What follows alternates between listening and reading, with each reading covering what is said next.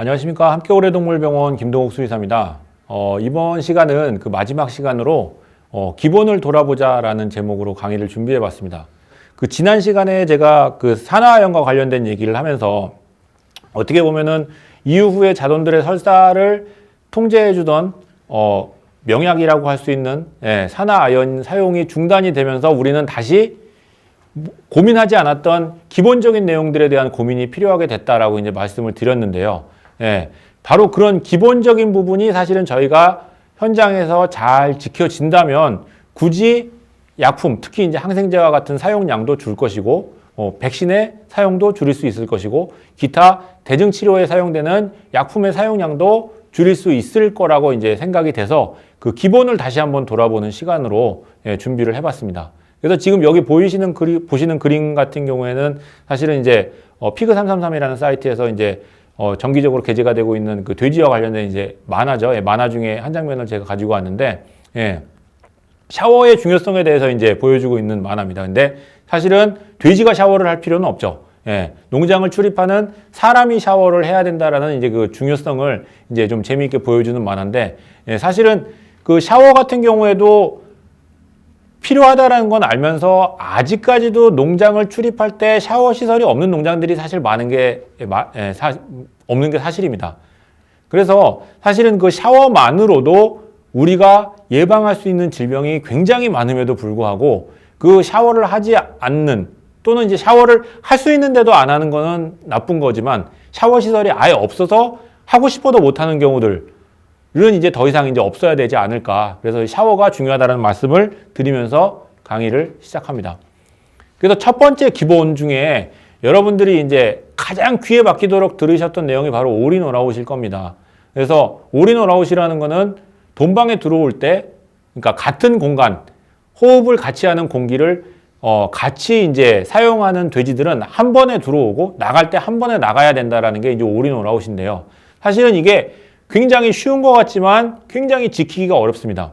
근데 농장에서 처음에 이제 돈사를 이제 새로 지으시는 분들 아니면은 리모델링을 해서 돈방을 이제 새롭게 이제 꾸미시는 분들도 다 올인 올아웃을 염두에 두고 이제 준비를 하시죠. 근데 실제로 그 올인 올아웃을 처음에는 잘 지켜지는 것 같다가도 어느 순간부터는 어그러지는 이유가 뭐냐 하면 사실은 번식 구간에서 그 피그 플로우 관리가 실패가 되면서 올인 올아웃이 어겨지기 시작합니다. 항상 우리 농장은 요 정도의 두수가 매주 이유가 되도록 돈방이 돼지 흐름이 이제 되도록 그래야만 올인 올아웃이 가능하도록 설계를 해놨는데 어떨 때는 교배가 안 돼가지고 돼지가 터무니없이 적고 어떨 때는 그렇게 사고가 났던 돼지들이 한꺼번에 교배가 많이 되거나 아니면은 후보돈 발정 관리가 안 돼서 발정원 후보돈을 그냥 뭉태기로 다 집어넣다 보니까 이번 그룹은 분만이 너무 많아서 이유하는 사람들이 너무 많아지다 보면 결국에는 올인 올아웃이 안 되고 돼지들이 어느 순간에 섞이는 경우들이 많이 생기거든요. 이게 사실 그거는 피그 플로우 관리가 안 됐거나 아니면은 특정 시점에 예를 들어서 돈가가 좋은 시점에 출하를 조금 더 많이 하고자 하는 어떤 그런 욕심 같은 게 결국에는 올인 올아웃을 어렵게 했고요. 그 올인 올아웃이 결국엔 제대로 되지 않음으로 인해서 질병의 고리가 끊기지 않고 농장에서 계속 문제가 되는 사례들을 많이 볼 수 있었습니다. 하지만 이 올인 올아웃이 제대로만 된다면 질병을 예방할 수 있는 효과는 매우 좋다라고 볼 수 있고요. 그 다음에 이 올인 올아웃이 제대로 됐을 때 우리가 우려하는 항생제 사용이라든가 다른 기타 약품의 사용량을 줄일 수 있는 아주 최선의 수단이라고 이제 생각이 됩니다. 그 다음에 두 번째가 또 이제 농장에서 참 지키기 어려운 부분 중에 하나인 이 다운타임인데요. 다운타임이라는 거는 돈사의 돼지들이 빠지고 나서 새롭게 돼지가 들어오기 전까지 얼마의 기간을 돼지를 비워둘까, 또 돈사를 비워둘 거냐를 이제 얘기를 하는 거죠. 근데 비워두는 기간이 늘어나면 늘어날수록 효과는 극대화됩니다. 이거는 누구나 다 아실 거예요. 하지만 생산 효율하고 동군 건강을 고려한 그 절충이 있어야 되죠. 마냥 비워둘 수는 없죠. 왜냐하면 돼지들은 계속해서 태어나고 계속해서 돼지들은 올라오기 때문에 우리 농장이 허용할 수 있는 맥시멈 기간을 설정을 해서 그 기간만큼은 반드시 다운타임을 갖겠다라고 설정을 해놓고 그거를 반드시 지키게끔 그것이 유지가 될 수 있게끔 원활한 피그 플로우가 이제 번식 구간에서부터 이제 관리가 된다면 요 충분한 다운타임을 농장에서 원하는 다운타임을 유지를 할 수가 있습니다. 근데 이 다운타임이 그냥 비워만 놓느냐? 그건 아니죠. 비우고 나서 수세를 하죠. 근데 이제 제일 안 좋은 게 뭐냐 하면 수세만 하고 바로 돼지들이 들어오는 거예요.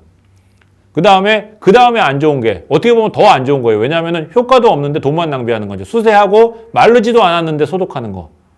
왜냐하면 소독약의 효과를 보려면 표면이 완전히 건조가 돼 있어야 소독약의 효과가 극대화되거든요.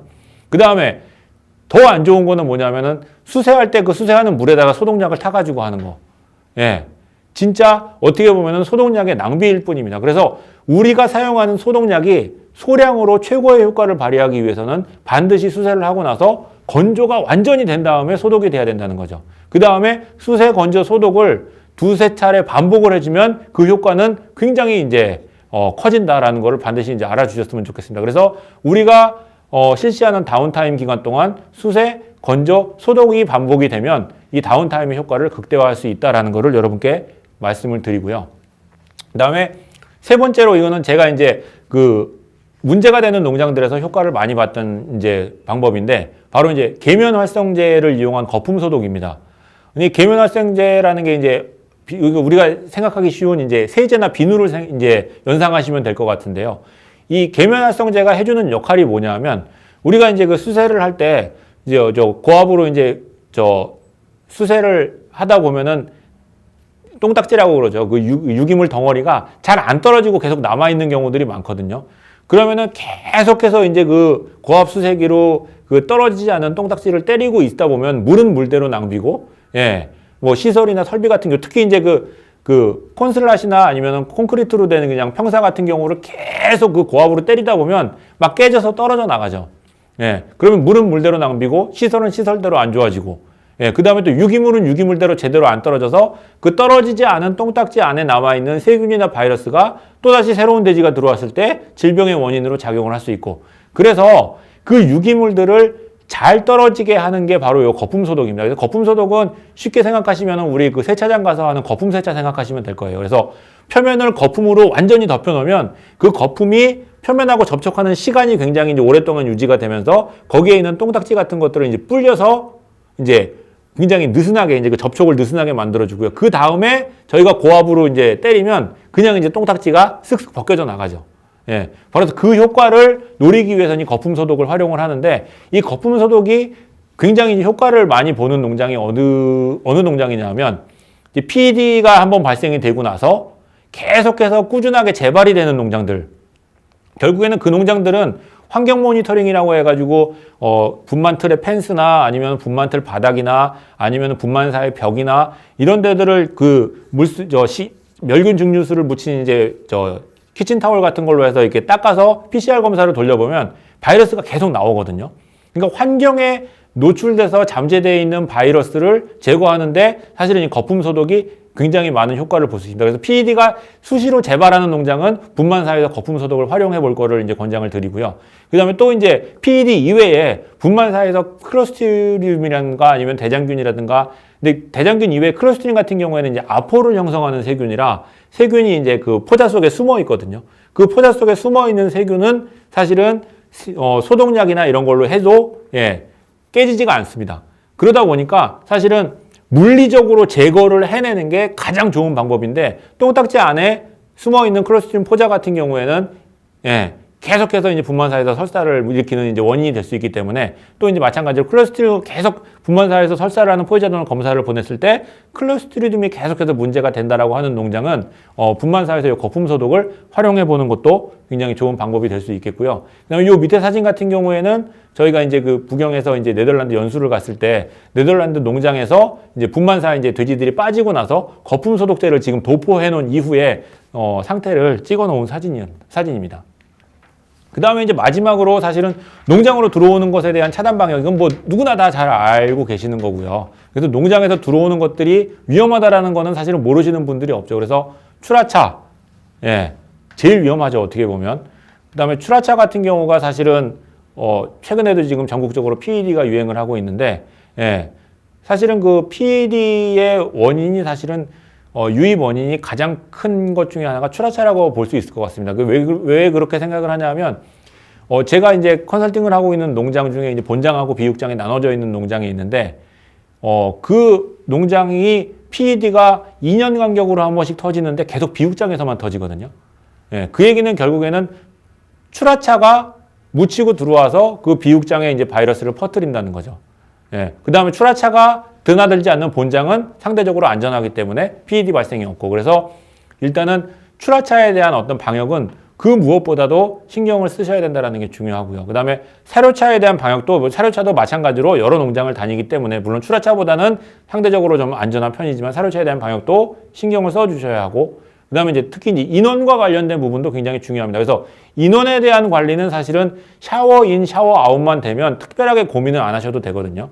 샤워를 하고 외부에 다른 농장에서 사용했던 장비 안 가지고 들어가고, 외부에서 신었던 신발 안 신고 들어가고, 외부에서 입었던 옷 안 입고 들어가고만 해주면 사실은 인원에 의한 사실은 외부 질병의 농장 유입은 사실은 거의 완벽하게 차단할 수 있다라고 이제 말씀드리겠습니다.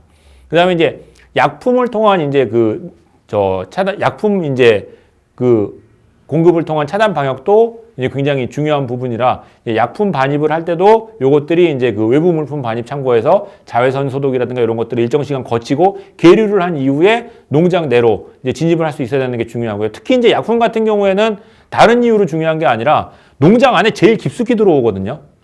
그러니까 농장 밖에서 사용하는 게 아니라 이 약품 같은 경우에는 돈사 안에서 돼지들을 직접 만지면서 사용하는 거기 때문에, 특히나 이제 요 약품에 대한 어떤 그 방역이 이제 중요하다고 다시 한번 말씀드리고요.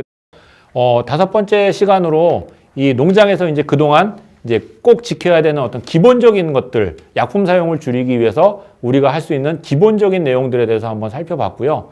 그래서 첫 시간부터 이제 했던, 만약에 우리도 덴마크처럼 갑자기 이제 항생제나 약품 사용에 대한 규제가 강하게 들어온다고 했을 때 우리는 어떤 준비를 하면서 어떤 사용 방법을 농장에 적용을 해서 약품 사용을 최소화하면서 돼지들을 건강하게 계속해서 유지를 할 것인가에 대한 고민을 할 수 있는 시간이 됐으면 좋겠습니다. 그래서 마찬가지로 이 시간이 당장 우리한테 지금 필요한 내용은 아니겠지만 좀 먼 미래라고 생각하지 말고, 그러니까 강 건너 불이 아니라 이제 발등에 불이 얼마든지 될 수 있다라는 그런 생각을 가지고 미리미리 좀 준비를 할 수 있는, 그런 시간이 됐으면 하는 바람으로 강의를 준비했고요. 그동안 5번에 걸친 강의 경청해 주셔서 대단히 감사합니다.